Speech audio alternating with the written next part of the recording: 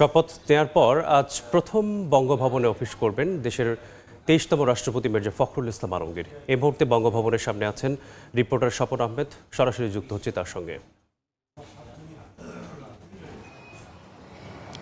শপথ নেওয়ার পর আজই প্রথম এই বঙ্গভবনে অফিস করতে যাচ্ছেন দেশের ২৩তম রাষ্ট্রপতি মির্জা ফখরুল ইসলাম আলমগীর, এবং এর জন্য এই বঙ্গভবন এরিয়াতে আসলে সব ধরনের যে আনুষ্ঠানিকতা সেটি কিন্তু করা হচ্ছে। যেহেতু তিনি আজকে প্রথম কর্মদিবস, স্বাভাবিকভাবেই মির্জা ফখরুল ইসলাম আলমগীর রাষ্ট্রপতি তিনি এখানে আসবেন এবং বঙ্গভবনের যে একটি রেওয়াজ অনুসারে তাকে এখানে গার্ড অব অনার দেওয়া হবে, এবং এটার জন্য যে আনুষ্ঠানিকতা এবং যেটার জন্য যে নিরাপত্তা ব্যবস্থা সেটি কিন্তু পুরোপুরি একদম নিরবিচ্ছিন্নভাবে করা হয়েছে। পাশাপাশি তাকে গার্ড অব অনার করার জন্য যে ধরনের প্রস্তুতি আসলে বঙ্গভবনের পক্ষ থেকে নেওয়া হয় সেটিও কিন্তু করা হয়েছে। নিশ্চয়ই আমার সহকর্মী আপনাদের ক্যামেরার মাধ্যম দিয়ে দেখানোর চেষ্টা করছেন।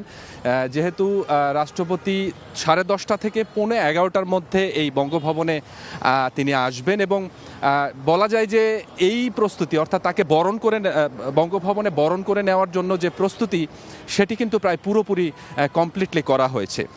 তো এর মধ্যে অর্থাৎ 20 তারিখে সংসদে রাষ্ট্রপতি নির্বাচনের পর গতকালকে তিনি শপথ নিয়েছে, অর্থাৎ 21 তারিখ তিনি শপথ নিয়েছে, এবং গতকালকে তিনি কিন্তু রাষ্ট্রপতি হওয়ার পরে যে আনুষ্ঠানিক অর্থাৎ বাংলাদেশের যে রেওয়াজ ছিল, অর্থাৎ 1971 সালের যারা শহীদ হয়েছে তাদের প্রতি শ্রদ্ধা জানানোর জন্য তিনি কিন্তু সেই রেওয়াজ অনুসারে তিনি কিন্তু সাভারে জাতীয় স্মৃতিসৌধ গিয়েছেন।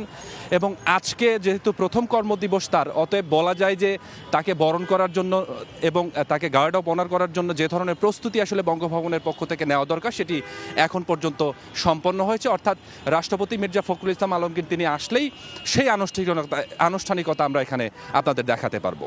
এখন পর্যন্ত এতটুকুই ছিল রাষ্ট্রপতি মির্জা ফখরুল ইসলামের যে প্রথম দিনের কার্যক্রম সেটি নিয়ে সব শেষ।